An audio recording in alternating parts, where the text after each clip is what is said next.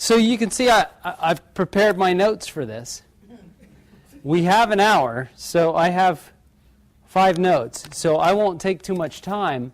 That'll leave a lot of time for questions if anybody has anything that they want to talk about, any questions that they might have. So the one thing I wanted to start with was our how we did this past year. You all know we start our fiscal year in October, so we're pretty far into fiscal year 14. But 13 was a tough year for us. With sequestration, with the furlough, that really I heard a lot of things, and I heard a lot of people too, and the just lack of funding that we really needed to run the installation had a pretty big impact on us. But I'll tell you this: we used what was given to us to the maximum extent possible, and I'm really proud with what we did, considering what we had to work with. Stu Marshall, the J5, and I were going over some of the numbers this morning, and the base really, for a year's operating, just so you know, the base should be receiving for 100% funding somewhere around $170 million a year. We're still working some of that because when the joint base was established, we had some other missions that we don't do anymore. So some of that total obligation that we should have every year has really gone away. Our obligations to carry out those missions have gone away. So that the funding that goes along with it also should be. But we're thinking about $170 million to run the base for a year. Does anybody have a ballpark on what we actually received? $93 million. So we spent $93 million last year. And we were given, here's the thing, we were given $93 million and we spent all of it. And if you can obligate all your funds, that says something about the efficiency of your organization, how well you're running. It's really, a sign of an operation that knows what they're doing. And I really think that we have a really good team here, and we do the best job, like I said, with the assets that we're given.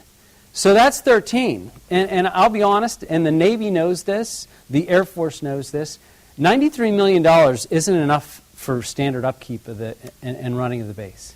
So we saw some deterioration, and there's a chance in the future that we're going to see that kind of thing again. And we are not the only ones. The Navy in general, for those of you who are not aware, and I wasn't aware of this until I took this job, the Navy, there's very few installations that they fund at 100%.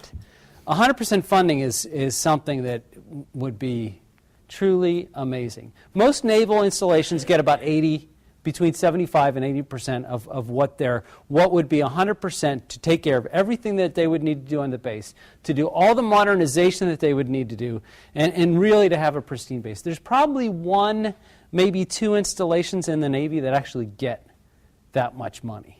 But to get $93 million when you're supposed to get $170, that's a pretty drastic cut. That's 13.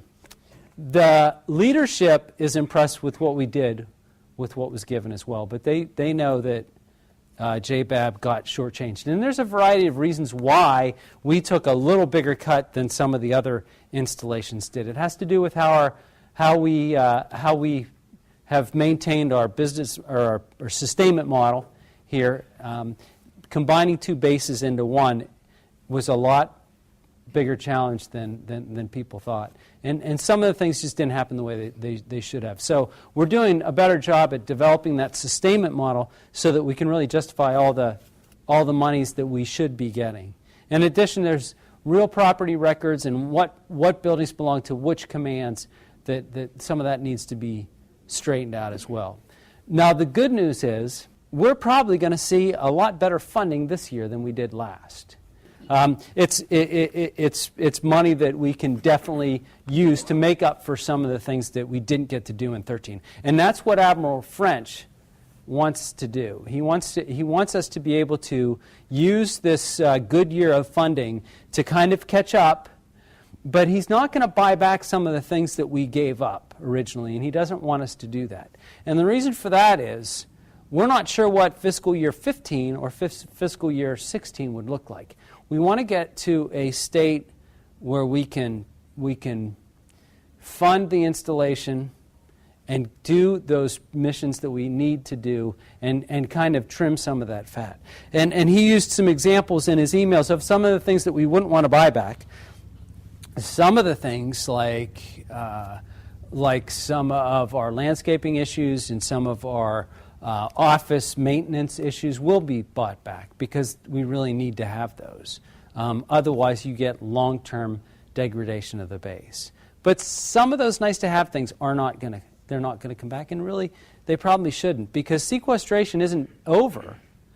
It's just been postponed, and we're not sure what fiscal year 15 or 16 look like.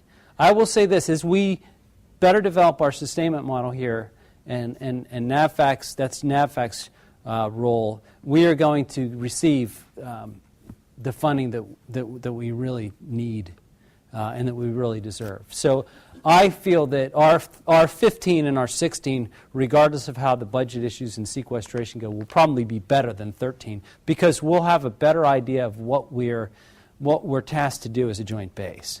And when I'm talking about some periodic maintenance to make sure that things don't break, and then just general sustainment, how much it costs to run the base. We'll have a better idea of that.